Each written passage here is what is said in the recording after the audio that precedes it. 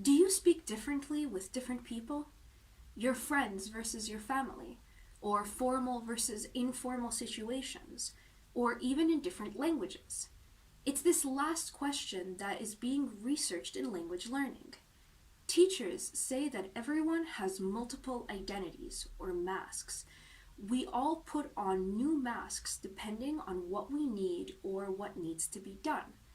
When we're learning a new language, we're learning a new mask, our social identity, the way we perceive ourselves as speakers of this language.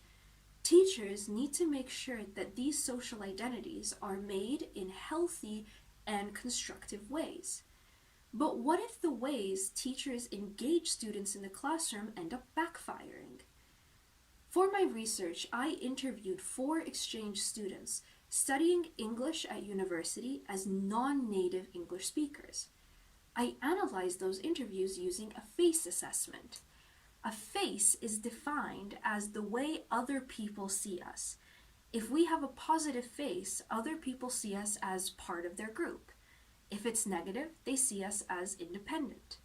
My plan was to find positive and negative face in these interviews and link it towards the way these students felt about being English language speakers. Instead, I realized that the strategies teachers were using to engage with these students were all focused on comparison. They often asked questions such as, "Do you do this in your country?" or "How do you study this back where you come from?"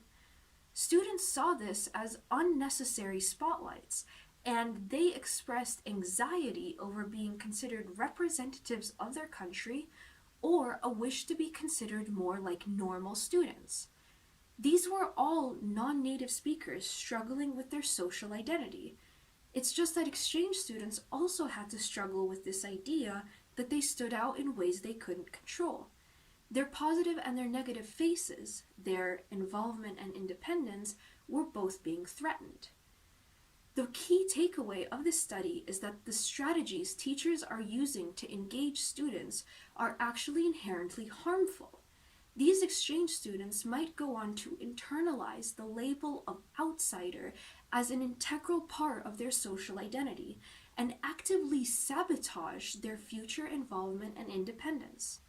But it does show a valuable direction for future research. If we can replicate these studies in a larger sample, we can then figure out what involvement strategies would better work for an open, encouraging, and truly multicultural language learning classroom.